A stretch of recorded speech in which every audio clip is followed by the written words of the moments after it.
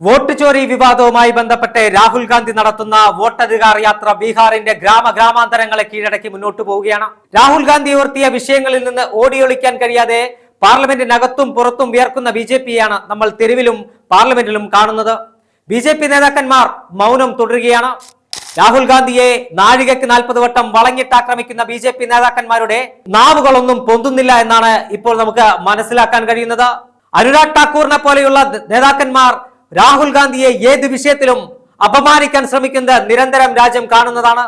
എന്നാൽ സംഘപരിവാർ നേതൃത്വത്തിന്റെ ഒത്താശയോടുകൂടി നടന്ന വോട്ട് മോഷണ ആരോപണം പുറത്തു വന്നത് മുതൽ വിഷം തുപ്പുന്ന നാവുകളിൽ നിന്നും സംഘപരിവാറിന്റെ നേതാക്കന്മാരുടെ ഒരു പ്രസ്താവന പോലും പുറത്തു വരുന്നില്ല എന്നത് രാഷ്ട്രീയ നിരീക്ഷകരെ പോലും അമ്പരപ്പിക്കുകയാണ്.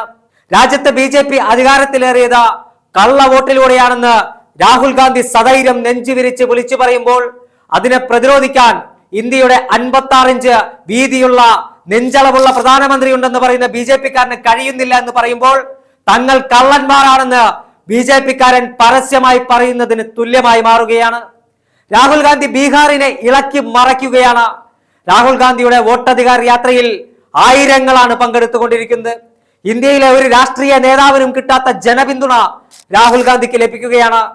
ബിജെപിയെയും സംഘപരിവാറിനെയും ഹൃദയത്തിലേറ്റ് നടന്ന കർഷകരും കർഷക തൊഴിലാളികളും സാധാരണക്കാരും ഇന്ന് സംഘപരിവാറിന്റെ വഞ്ചന തിരിച്ചറിഞ്ഞ രാഹുലിന്റെ പിന്നിൽ അണിനിരക്കുന്ന കാഴ്ച ബീഹാറിൽ കാണുകയാണ്. ഈ ബീഹാറിലെ യാത്ര കോൺഗ്രസിന് പുത്തനുണർവ് നൽകുമ്പോൾ അത് ബീഹാറിൽ മാത്രമല്ല, ഇന്ത്യയിലാകമാനം കോൺഗ്രസിന് തിരിച്ചുവരവിന്റെ കാഹളം ഓടുകയാണ് ബീഹാർ. അടുത്ത മാസം ബീഹാർ നിയമസഭ തെരഞ്ഞെടുപ്പ് പ്രഖ്യാപിക്കും. ബീഹാറിൽ ഇന്ത്യ മുന്നണി അധികാരത്തിൽ വരുമെന്ന് ഇപ്പോൾ ഏറെക്കുറെ ഉറപ്പായി കഴിഞ്ഞിരിക്കുന്നു.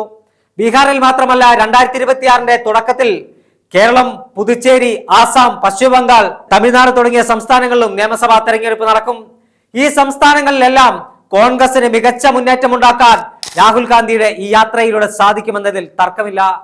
ബീഹാറിലെ വോട്ടധികാർ യാത്രയോടുകൂടി തന്നെ രാഹുൽ ഗാന്ധി തന്റെ പോരാട്ടം അവസാനിപ്പിക്കില്ല എന്ന കാര്യം പകൽ പോലെ വ്യക്തമാണ്. വോട്ട് കൊള്ളക്കെതിരെ, രാജ്യത്തെ മുച്ചൂട് മുടിപ്പിക്കുന്ന സംഘപരിവാറിന്റെ നിലപാടുകൾക്കെതിരെ കാശ്മീർ മുതൽ കന്യാകുമാരി വരെയുള്ള രാജ്യത്തെ ഗ്രാമാന്തരങ്ങളിൽ ചർക്കാങ്കിത ത്രിവർണ്ണ പതാക കയ്യിലെടുത്ത രാഹുൽ ഗാന്ധിയും കോൺഗ്രസും പോരാട്ടവുമായി മുന്നോട്ട് പോകും.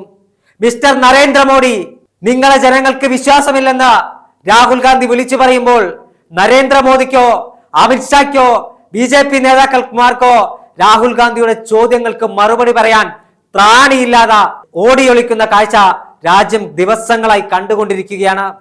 എന്തിനും ഏതിനും എക്സൽ കുറിക്കുന്ന പ്രധാനമന്ത്രിക്ക് എക്സൽ 2 വരി എഴുതാൻ കഴിയുന്നില്ല. അമിത്ഷാക്ക് കോൺഗ്രസ് നേതൃത്വത്തെ വിമർശിക്കാനാവുന്നില്ല. കാരണം ഇവർക്കറിയാം കള്ളൻ കപ്പലിലുണ്ടെന്ന് സംഘപരിവാർ നേതാക്കന്മാർക്ക് വളരെ കൃത്യമായി അറിയാം. ബിജെപിയെ അലോസരപ്പെടുത്തുന്ന കാര്യവും അത് തന്നെയാണ്. രാഹുൽ തുടങ്ങിവെച്ച പോരാട്ടം ഇന്ത്യയിലെ ജനങ്ങൾ ഏറ്റെടുത്തു കഴിഞ്ഞു. ഇന്ത്യയിലെ ജനങ്ങൾ തന്നെയാണ് രാഹുലിന്റെ ഏറ്റവും വലിയ ശക്തി.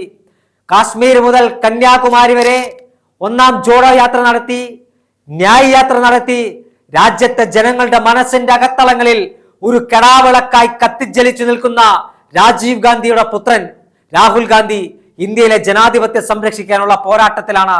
ആ പോരാട്ടത്തിനകത്ത് രാഹുൽ ഗാന്ധിക്ക് വലിയ പിന്തുണയാണ് പ്രതിപക്ഷം ഒന്നടങ്കം നൽകുന്നത്.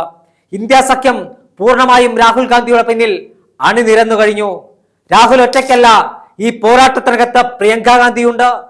അതോടൊപ്പം തന്നെ ഇന്ത്യ മുന്നണിയിലെ മുഴുവൻ നേതാക്കന്മാരുമുണ്ട്.